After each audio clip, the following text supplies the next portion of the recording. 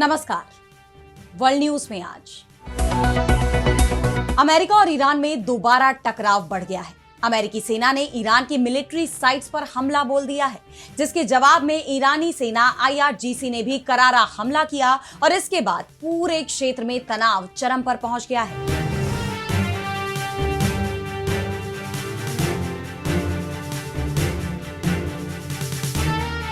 अमेरिकी राष्ट्रपति Donald Trump के इशारे पर अमेरिकी सेना ने यह हमला किया, जिस पर ईरान भी भड़क गया। उसने इसे युद्ध विराम का उल्लंघन करार देते हुए कहा है कि यह अमेरिका के लिए पीछे हटने और पछतावे की वजह बनेगा। ईरानी सांसद इब्राहिम अजीजी का कहना है कि अमेरिकी राष्ट्रपति डोनाल्ड ट्रंप ने यह दिखा दिया है कि उन्हें बातचीत या युद्ध विराम के सिद्धांतों के प्रति कोई प्रतिबद्धता नहीं है, जिसके बाद सवाल ये उठ रहे हैं कि क्या अमेरिकी हमलों से टूट गई पीस डील? क्या पश्चिम एशिया में टूट गई है शांति की उम्मीदें? इस पर हम करेंगे विस्तार से चर्चा, लेकिन आइए जरा उन खबरों को भी देख लें जिन पर आगे होगी बात। इजरायल और लेबनान के बीच युद्ध विराम के लिए 14 सूत्रीय समझौते पर बनी सहमति। वॉशिंगटन में हुई बैठक, समझौते का लेबनान में विरोध। राष्ट्रपति पुतिन को मंजूर था प्रस्ताव, लेकिन अमेरिका ने नहीं दिया जवाब। यूक्रेन युद्ध पर रूस का बड़ा दावा। हमलों के बीच दोनों देशों ने की कैदियों की अदला बदली। चीनी राष्ट्रपति जिनपिंग का ऑपरेशन क्लीन अप तेज, 6 सैन्य अफसरों की छुट्टी। भारत से जुड़े कमांडर भी नपे। 2023 से लगातार जारी है कार्रवाई। और चलते चलते में देखेंगे क्या है ओमेगा ब्लॉक, जिसने यूरोप के मौसम को किया लॉक। दुनिया में मचा है हड़कंप। इन सभी खबरों पर हम विस्तार से करेंगे बात, लेकिन पहले एक नजर हेडलाइंस पर।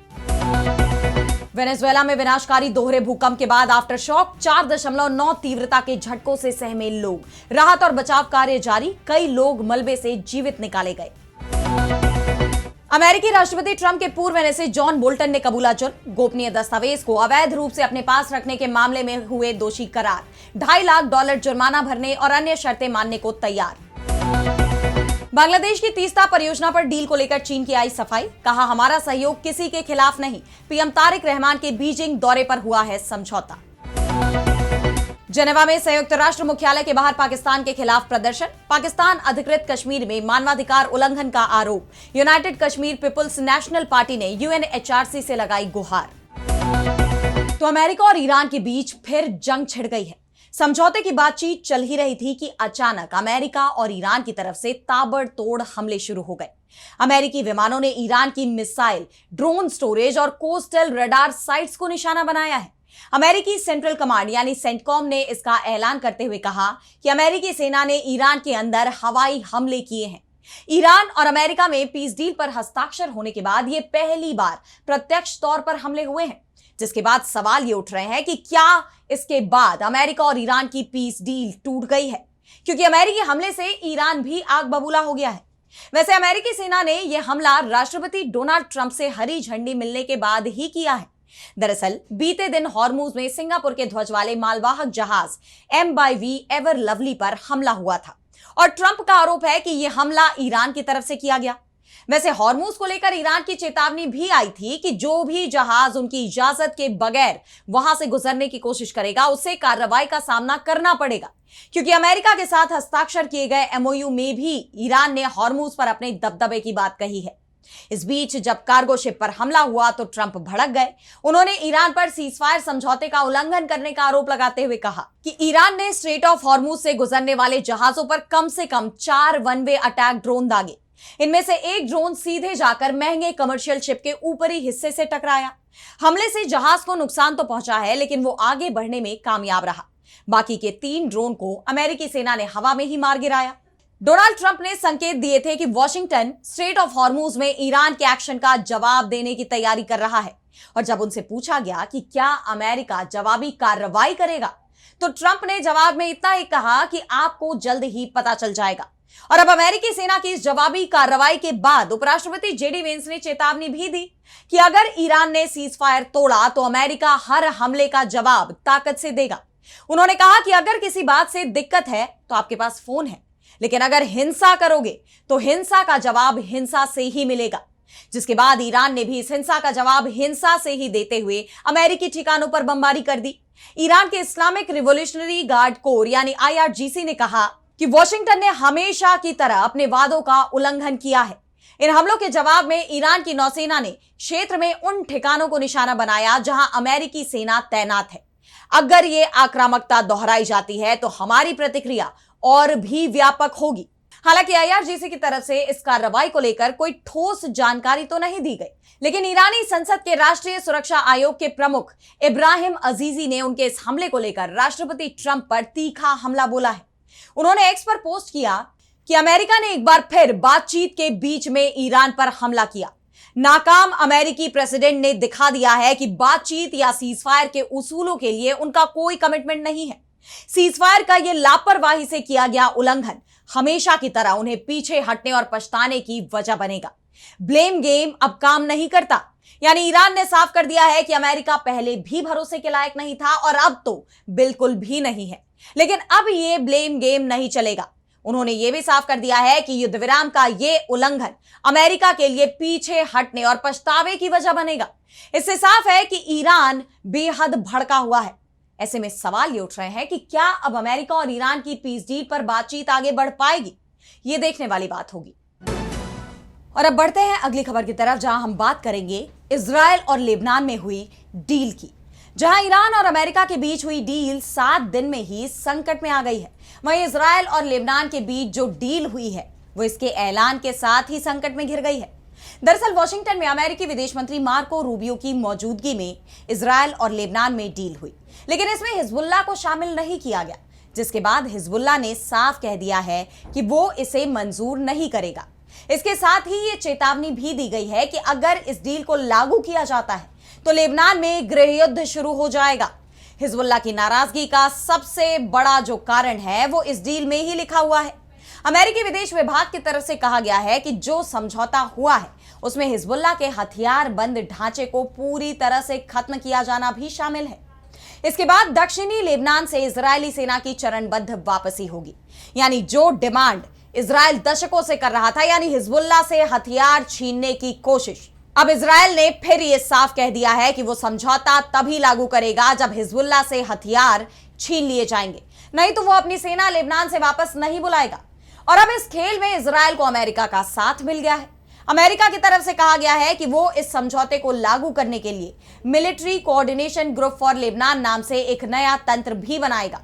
इस समझौते को इजराइल के प्रधानमंत्री बिन्यामिन नेतन्याहू ने अपने देश की बड़ी कूटनीतिक जीत बताया है, लेकिन हिजबुल्लाह ने इस समझौते को मंजूर नहीं किया है, जिसके चलते ये डील सफल हो पाएगी इस पर ही सवाल उठ रहे हैं, क्योंकि लेबनान इस समझौते को तभी लागू कर पाएगा जब हिजबुल्लाह भी तैयार हो। लेबनान में सरकार से ज्यादा दबदबा तो हिजबुल्लाह का ही है। लेबनानी जनता भी हिजबुल्लाह के साथ दिखाई दे रही है, क्योंकि इजराइल के खिलाफ जमीन पर लड़ाई हिजबुल्लाह ही कर रहा है। और अब इस समझौते को लेकर हिजबुल्लाह की तरफ से भी बयान सामने आया है। संगठन के सांसद हसन फदलल्लाह ने कहा कि हिजबुल्लाह अपने हथियार किसी भी कीमत पर नहीं छोड़ेगा। इजराइल अमेरिका के समर्थन से लेबनान पर ऐसा समझौता थोपने की कोशिश कर रहा है जो लेबनान को गृह युद्ध की तरफ धकेल सकता है। लेबनानी सरकार इस समझौते को तभी लागू कर पाएगी जब वो अपने ही नागरिकों के खिलाफ टकराव का रास्ता अपनाए। यानी अमेरिका के दबाव में लेबनान की सरकार ने समझौता जरूर कर लिया है, लेकिन इसे लागू करने की ताकत उसमें नहीं है, क्योंकि देश की जनता उस समझौते को मानने को तैयार ही नहीं है जो लेबनान पर दबाव बनाकर किया गया हो। ऐसे में इस समझौते के सामने सबसे बड़ी चुनौती हिजबुल्लाह का विरोध है। हिजबुल्लाह पहले ही साफ कर चुका है कि वो अपने हथियार डालने को तैयार नहीं है। इन हालात में आने वाले दिनों में देखना यह होगा कि इजराइल और लेबनान के बीच हुआ यह समझौता लागू हो भी पाएगा या आने वाले दिनों में टकराव और तेज हो जाएगा। और अब अगली खबर में बात करेंगे रूस यूक्रेन युद्ध की। तो रूस और यूक्रेन में जंग खतरनाक रूप से तेज होती जा रही है।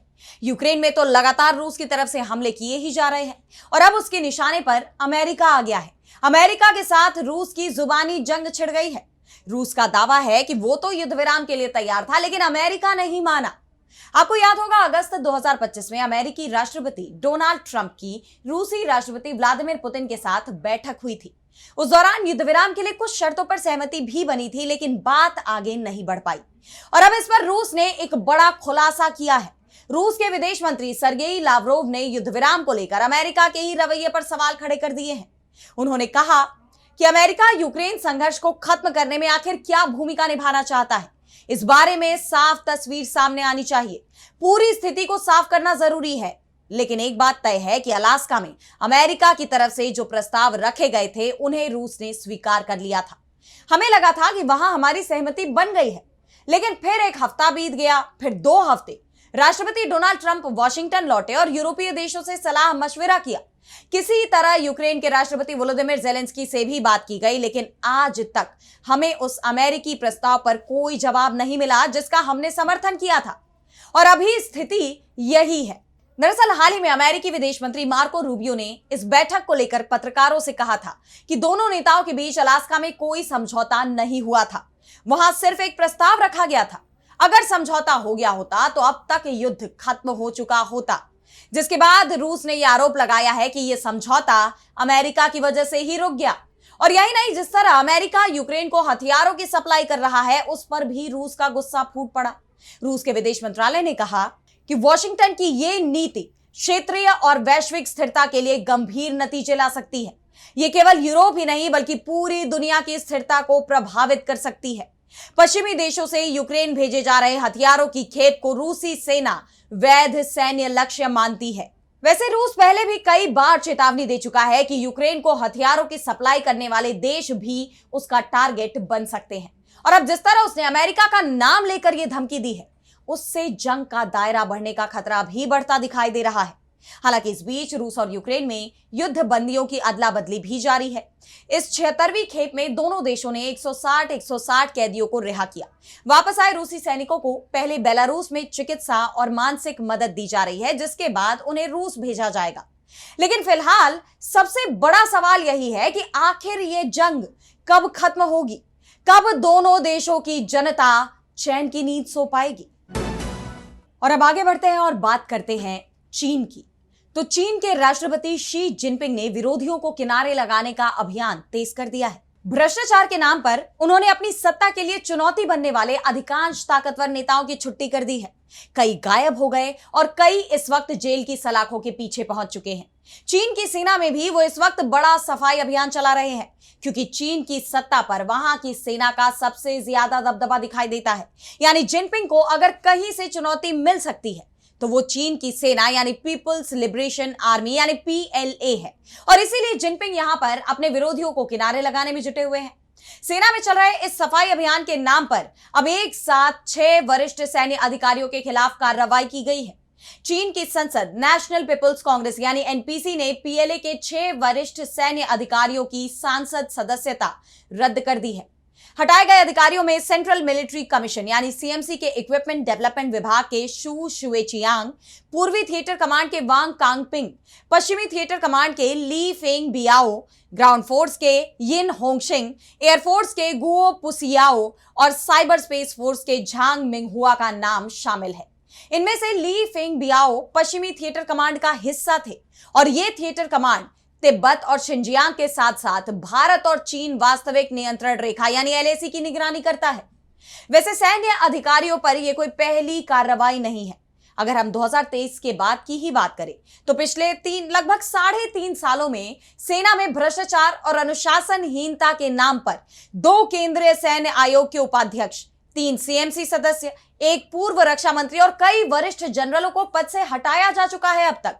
इस साल की शुरुआत में शी जिनपिंग ने अपने पुराने सहयोगी और चीन के शीर्ष सैन्य नेताओं में शामिल जनरल झांग युक्जिया को भी बर्खास्त कर दिया था। झांग और शी दोनों के पिता 1949 के गृहयुद्ध में साथ लड़ चुके हैं। दोनों बचपन से ही एक दूसरे को जानते थे। झांग लंबे वक्त तक शी के सबसे भरोसेमंद सैन्य सलाहकार माने जाते रहे हैं, लेकिन शी ने उन्हें भी नहीं बख्शा। पिछले 4 सालों में कम से कम 36 जनरल और लेफ्टिनेंट जनरल आधिकारिक तौर पर हटाए जा चुके हैं, जबकि 65 दूसरे वरिष्ठ अधिकारी गायब हो चुके हैं। उनकी भी बर्खास्तगी किए जाने की चर्चाएं हैं। यानी 100 से ज्यादा वरिष्ठ सैन्य अधिकारी शी जिनपिंग के सफाई अभियान से अब तक प्रभावित हो चुके हैं। इस बीच इस बात की भी चर्चा चल रही है कि 2027 में चीन ताइवान पर हमला कर सकता है और तब तक जिनपिंग सेना को पूरी तरह से अपने वफादारों से भर देना चाहते हैं, जिससे अगर ताइवान पर हमला फेल भी हो जाता है तब भी जिनपिंग की सत्ता को चीन के अंदर से कोई चुनौती नहीं दे पाए। और अब चलते चलते में बात करेंगे ओमेगा ब्लॉक की, जिसने यूरोप के मौसम को ही लॉक कर दिया है। जहां लोग कभी छुट्टियां बिताने, ठंडी हवाओं का आनंद लेने और सुकून के कुछ पल तलाशने यूरोप जाया करते थे, आज वहीं की सड़कें तपते तवे जैसी हो चुकी हैं। आसमान से बरसती धूप अब सिर्फ लोगों को परेशान ही नहीं कर रही, बल्कि उनकी जान भी ले रही है। फ्रांस से लेकर ब्रिटेन और इटली तक गर्मी ने ऐसा कहर बरपाया है कि कई परिवार हमेशा के लिए उजड़ गए। अब सवाल यह है कि आखिर यूरोप, जो कभी ठंडी जलवायु के लिए जाना जाता था, अचानक वो आग के गोले में कैसे तब्दील हो गया? तो आइए हम इस सवाल का जवाब जानने की कोशिश करते हैं। दरअसल मौसम वैज्ञानिक बताते हैं कि इसके पीछे जिम्मेदार है ओमेगा ब्लॉक। यह आसमान में बनने वाला एक ऐसा स्थिर मौसमी पैटर्न है जिसमें एक हाई प्रेशर सिस्टम दो लो प्रेशर सिस्टम के बीच फंस जाता है, और इसका नतीजा यह होता है कि मौसम कई दिनों तक एक ही जगह पर ठहर जाता है और ठंडी हवाएं आगे नहीं बढ़ पाती। यही नहीं, यह पैटर्न उत्तरी अफ्रीका की झुलसा देने वाली गर्म हवा को सीधे यूरोप की तरफ खींच ला रहा है, जिसके बाद यूरोप के ऊपर बना है हीट डोम। इसे अब आप ऐसे समझिए कि जैसे किसी उबलते हुए बर्तन पर ढक्कन रख दिया जाए। गर्म हवा बाहर ही नहीं निकल पाती और लगातार नीचे ही फंसी रहती है, और नतीजा यह होता है कि तापमान हर दिन नया रिकॉर्ड बनाने लगता है। आपको बताते चले कि ब्रिटेन में इस हफ्ते तापमान 39 डिग्री सेल्सियस तक पहुंचने का अनुमान है, और अगर ऐसा हुआ तो जून महीने का करीब 70 साल पुराना रिकॉर्ड भी टूट सकता है। हालात की गंभीरता को देखते हुए ब्रिटिश मौसम विभाग ने हीट हेल्थ अलर्ट और रेड अलर्ट जारी कर दिया है। हैरानी की बात यह भी है कि एक तरफ जहां पूरा देश भीषण गर्मी से झुलस रहा है, वहीं दूसरी तरफ लंदन में अचानक तेज गरज के साथ बारिश देखने को मिली है। फिलहाल यूरोप की ये हीट वेव सिर्फ एक मौसम की खबर नहीं, बल्कि पूरी दुनिया के लिए एक चेतावनी है। अगर जलवायु परिवर्तन की रफ्तार नहीं थमी तो आने वाले वक्त में ऐसी भीषण गर्मी किसी भी देश के लिए नई हकीकत बन सकती है। तो फिलहाल वर्ल्ड न्यूज में आज इतना ही। देश दुनिया की तमाम बड़ी खबरों के लिए आप देखते रहिए डीबी लाइव और मुझे दीजिए इजाजत। नमस्कार।